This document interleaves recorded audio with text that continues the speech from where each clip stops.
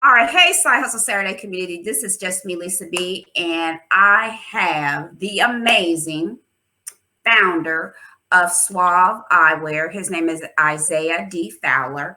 And he has created the first Black-owned inspirational eyewear company.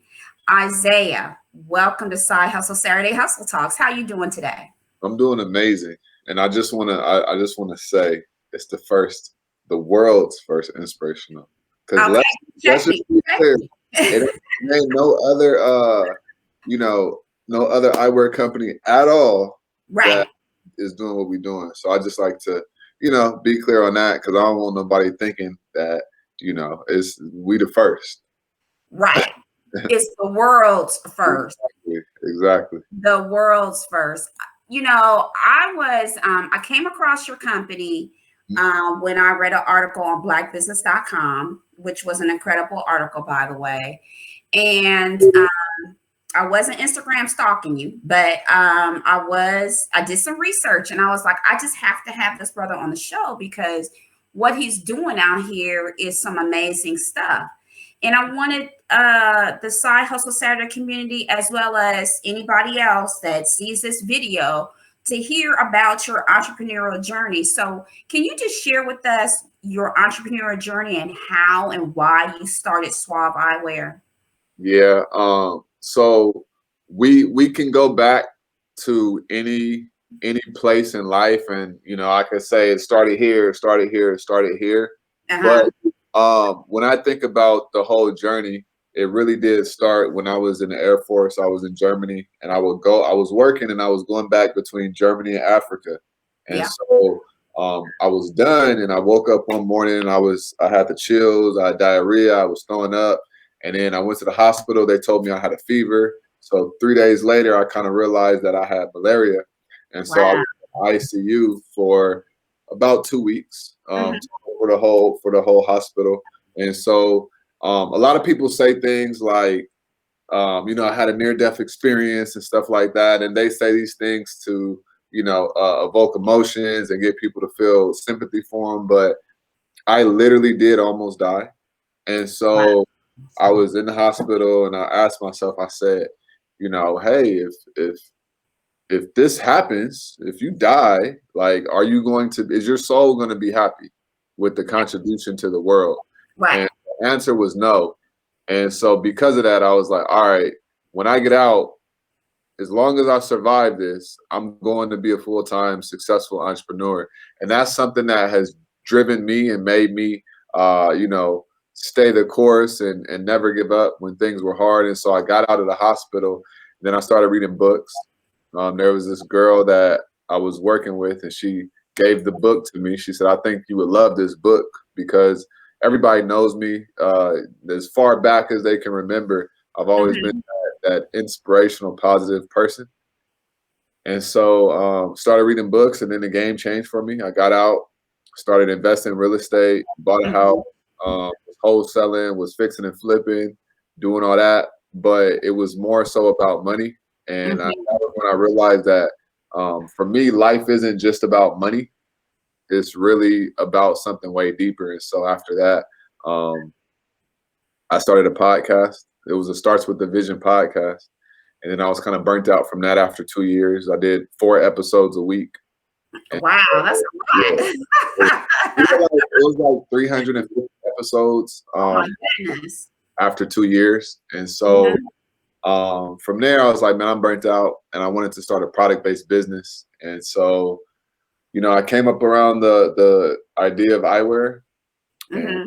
time just kind of did what it did. We got our first production run from China, and it was garbage. And so ended up going, find a new manufacturer, flew out there, and then came back home, did a Kickstarter campaign, raised $10,000 for that, and then we got our new inventory made, and then from there we just kind of been rocking and rolling. And 2021 is our second official year, is how I like to say it. Yeah, and you didn't just go get some eyewear somewhere. You didn't just drop ship your stuff in. You Right, went to Greece. absolutely. you went to Greece and you went with manufacturers and you have what's now an amazing product out there. And I just think it's incredible that you did what you did, because you could have took the easy route Absolutely. and just have some kind of like, here's some bogus eyewear for y'all. Hope you enjoy. Right. Right. But you took the time, and it shows. It shows in how you present your product, how you present your product on your website.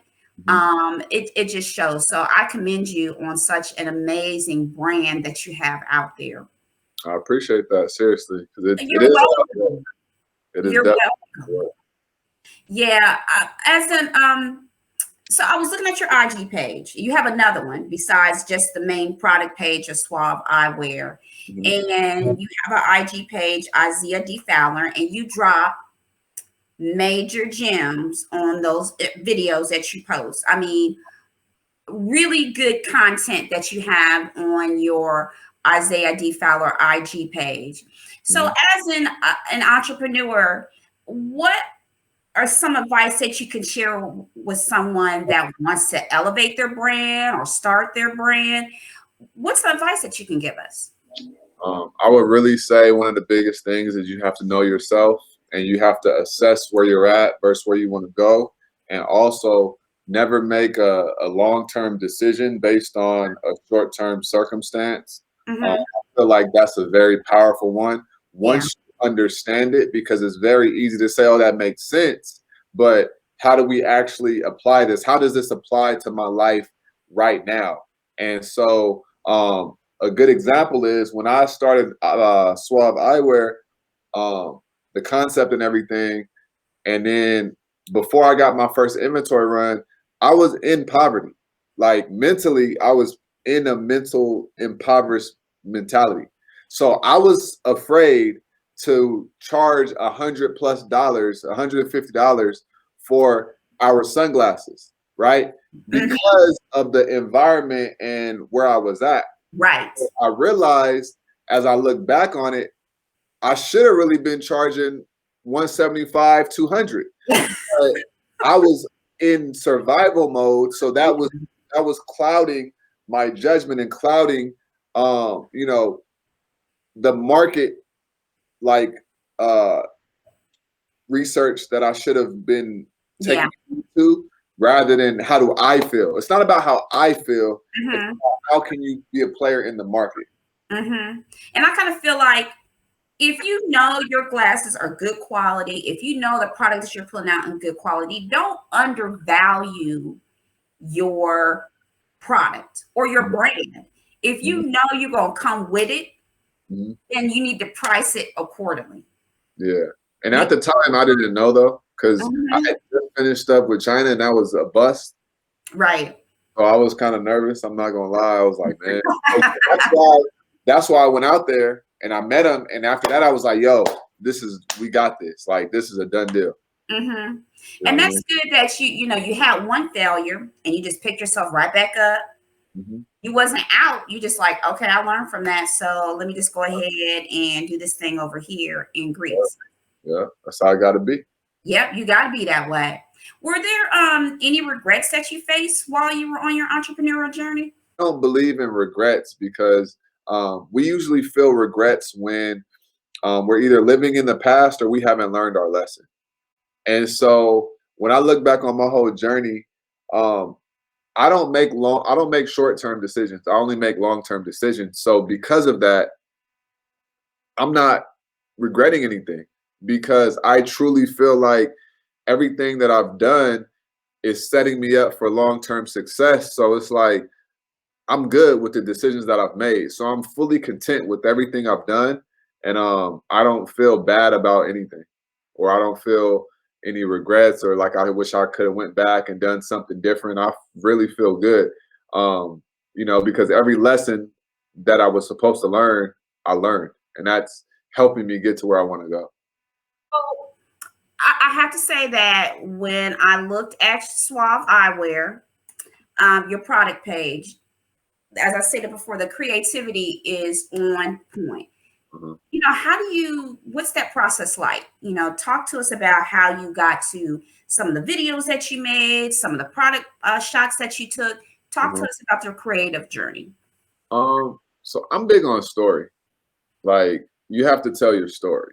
So everything that we do is really rooted in, like, what do we stand for, Hmm. right? So when we do a photo shoot, the photo shoot is telling a story or representing a narrative that we're trying to tell, right?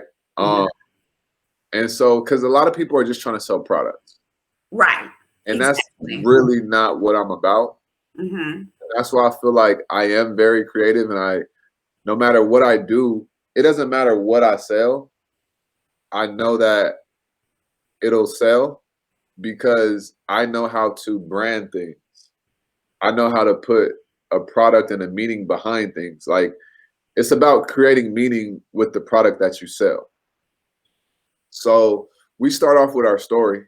And that's kind of like where a lot of videos and stuff came. And then um, from a model perspective and stuff, it's just like I study the big brands, Louis Vuitton, Bally. My favorite designer brand is Bally. Hmm. So, when you look at all of them, they have commonalities.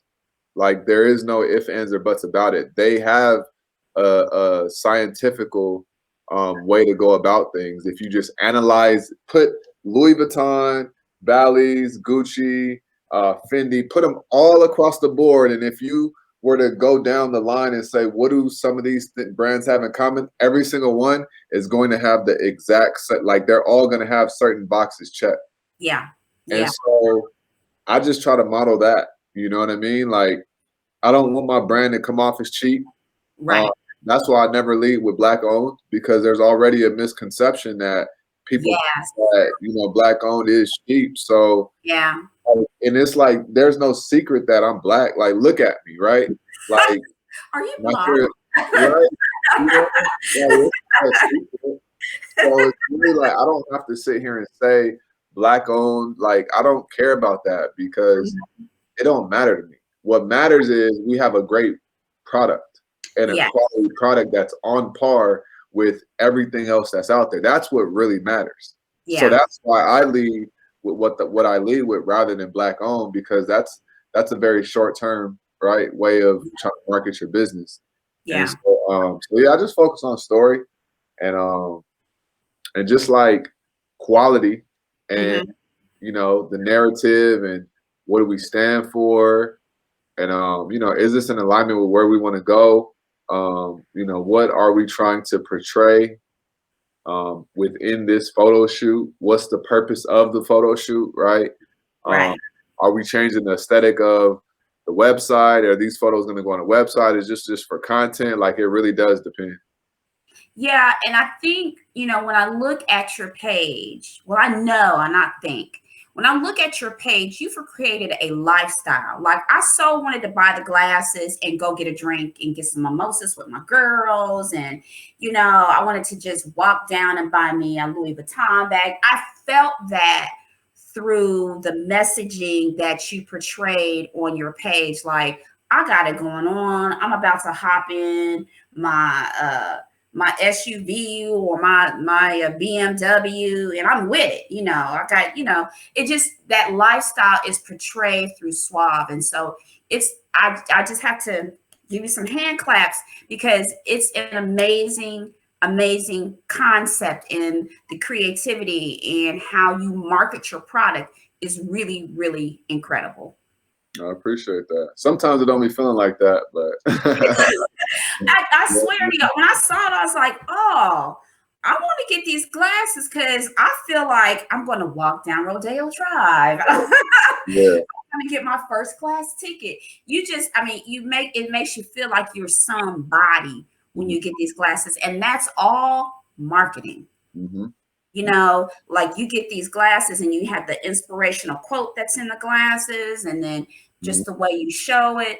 It's all the marketing, and you do an amazing job at doing that with your company. So, anybody that's watching this video and you're like, how can I market a lifestyle brand? Or take a look at Isaiah's videos on SWAV.com because he's got it right. That's how you're supposed to do it.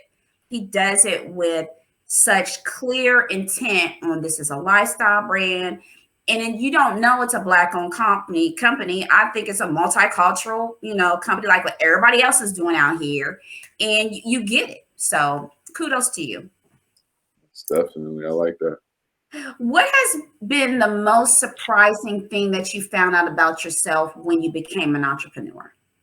The most surprising thing that I found, well, I've been an entrepreneur for a while, but I feel like in the last like 2 to 3 years, I really became one. And I think that in this time, some interesting things that I learned was, I'm even more patient than I thought, but at the same time, I'm actually very impatient. I'm impatient with the small things, but I'm patient with the big things. And so because of that, you have to understand how to combat yourself, right? Like you got to be proactive with your own shortcomings. And so because I'm very impatient with the short term, I need to invest into a team to help me take out the short term so I can continue to focus on the long term and the big vision of it. So it's really about zooming out and zooming in quite frequently. So patience and impatience is a very big thing. Also, I would say that there's certain things that I've figured out and learned that I like doing and I really don't like doing. And I don't like I don't like dealing with like people as much as I thought I did. It's only like certain type of people that I like to deal with. And that's something I really like learned in this process of like, building my company. So like customer service and stuff like that. Yeah. Like I thought I liked, but I really don't because it will really drain me. Just small things like that. But I'm very impatient when I'm like in the day to day, but whenever I zoom out, I get very patient. Oh, okay. So it's interesting. That is interesting. What's next for SWAV Eyewear? How are you evolving your brand? Oh, well, so by the end of the year or the top of next year, we're going into prescription. That's something I'm excited about. Yeah. And really, we're gonna get more, I guess you could say more, we're gonna get more into the actual fashion aspect of I things. like that. Because we've done we've set a foundation of the inspirational piece. So now we're gonna go really hard on the actual fashion piece. So real like a lot more content, but centered around showing the actual, not just the lifestyle of what we stand for, but now we're showing, the lifestyle from a product perspective and how this fits into your wardrobe and stuff like that. So we're going to get really focused on, fashion tips and things like that over time, and accessories and accessorizing your outfit and stuff like that. What was your first side hustle? It was, well, when I was like 12, I was in 7th and 8th grade, I remember. And I would ride my bike to the 99-cent store. I remember my grandma, she gave me like $20, and I would ride to the 99-cent store and I would go load up on candy, of course, right? All the good candy, and then I would come to school and I would sell that candy, at like a 3X or a 4X. So if I would get 4 for $1, I would sell each one for $1. Right. So you was a candy hustler in school. Yeah, that's what I was. And I had it in my backpack, and sometimes the teachers they didn't like that or whatever. But that was my first kind of like introduction to kind of get my own money. As a kid, I've always been like that. And then after that, when I was in like 10th grade, 9th grade, I started going door to door selling newspaper subscriptions. So, I would get commissions on how many, what subscription they got. So, yeah, I was probably making like $250 a week or something like that. Oh man, you was in there. That's what because a lot of people say they say two things. I could sell good, and I'm charismatic, and so that really came from when I was going door to door, going to strangers' houses, Yeah. like knocking to see if they want a newspaper subscription, and we Hmm. were selling that. We was going to on this trip to Magic Mountain, and so Yeah. we did it like that. All right. Okay. All right, Candyman. Yeah, that's it. That's what we did.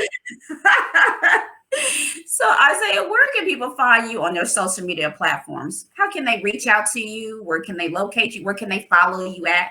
So if you want a pair of frames, you go SWAV eyewear, SWAV eyewear.com, and Mhm. SWAV stands for starts with the vision. And or the Instagram is that as well. And if Mhm. you want to hit me up, it's Isiah D Fowler, ISIAH, D as in Delta, and then Fowler, FOWLER. That's my Instagram, or on Facebook. It's my first and last name. And the website is, if they want to buy some of the bomb.com eyewear from you. SWAV eyewear, SWAV eyewear.com.